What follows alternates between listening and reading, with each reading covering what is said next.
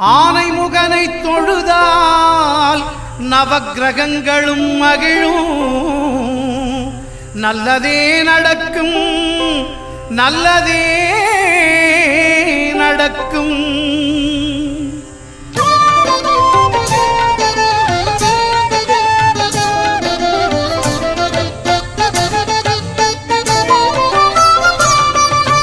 ஒன்பது கோளும் ஒன்றாய் காண அங்கு கற்பகம் என்னும் கடவுளின் மெய்யில் ஒன்பது கோளும் ஒன்றாய் காண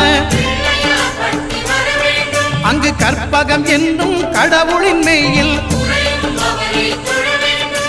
சூரியன் முதலாய் ஒன்பது கிரகமும் பலவித குணங்களை கொண்டிருக்கும். எங்கள் கற்பக தருவில் அவை வரும்போது ஒன்றாய் சேர்ந்து பலனளிக்கும்.